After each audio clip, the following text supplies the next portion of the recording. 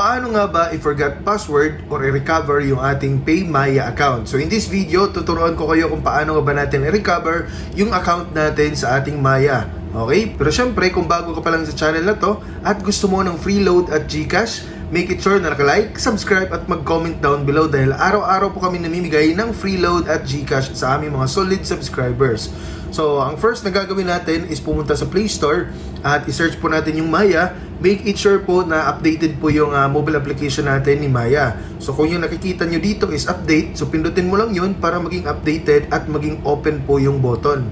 Okay? So, ang pinaka-purpose kung bakit natin kailangan i-update yung mobile application ay para updated po sa mga bagong features yung Maya application natin.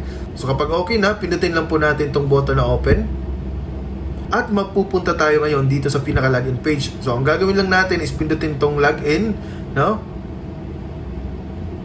At makikita nga natin dito na humihingi sila ng mobile number and passwords. Pero ayun na nga, hindi natin alam yung password natin, kaya ang gagawin natin is mag-forgot password para ma-recover natin. So, pindutin lang natin tong forgot your password.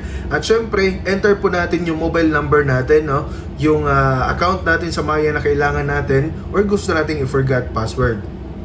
So, kapag nakapag-enter na po tayo ng mobile number natin, so click lang po natin tong next. Napunta po tayo ngayon dito sa please verify your identity. So, we just need you to take a quick video selfie to verify your identity. So, merong tips dito, no? Para sa pag-take ng video selfie. Go to a bright, evenly lit room.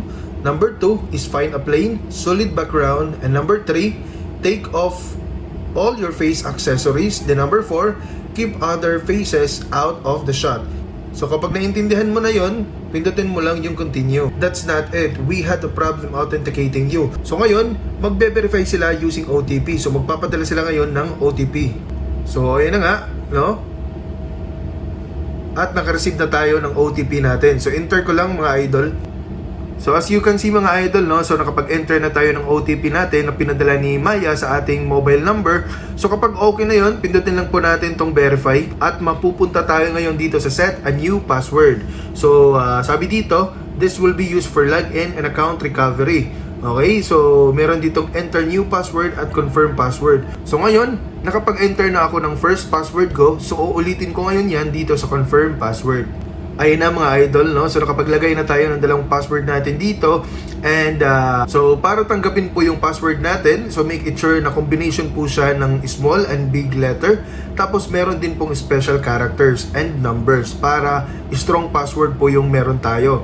Okay? Iwasan din po natin na maglagay ng password na kagaya ng birth year natin, 1998, or yung birthday natin dahil madali lang po yun malaman or mahack po ng mga mapagsamantala. Okay? So gumamit po tayo ng mga password na mahirap pong makuha or malaman ng ibang tao. So pagkatapos nyan, pindutin lang po natin tong next kapag okay na tayo doon. As you can see mga idol, password change. You can now log in with your new password. So remember Steps, Maya's official representative, will never ask for your password, 16-digit card number or CVV, or yung one-time PIN. So nakatanggap din tayo ng text message, no, from Maya. So makikita natin dito, awesome! You have just created a password for your Maya account. To maximize your cashless experience, you can now buy, load, pay your bills, or shop online using your Maya app. So ngayon, balik tayo dito sa mobile application natin at pindutin na natin yung login. So dito sa login, pwede na natin i-enter yung mobile number natin tapos yung panibagong password na na-reset natin kanina. So ngayon mga idol, nakapag-enter na ako ng mobile number ko at yung password na na-reset natin kanina or yung ginawa natin kanina. So kapag okay na tayo, pindutin lang po natin itong login at susubukan natin kung nakapag-reset na nga ba tayo or ma-access na natin yung account natin. So press login. Sabi dito, enable screen lock login. So pwede mo i-confirm, pwede ding i-cancel. So subukan natin i-confirm. So ngayon, humihingi po sila ng OTP. So ngayon, kunin po natin yung OTP na pinadala sa ating mobile number. At narito na nga yung OTP natin mga idol, no? It's 322304. It's 322304. So, click lang po natin tong verify.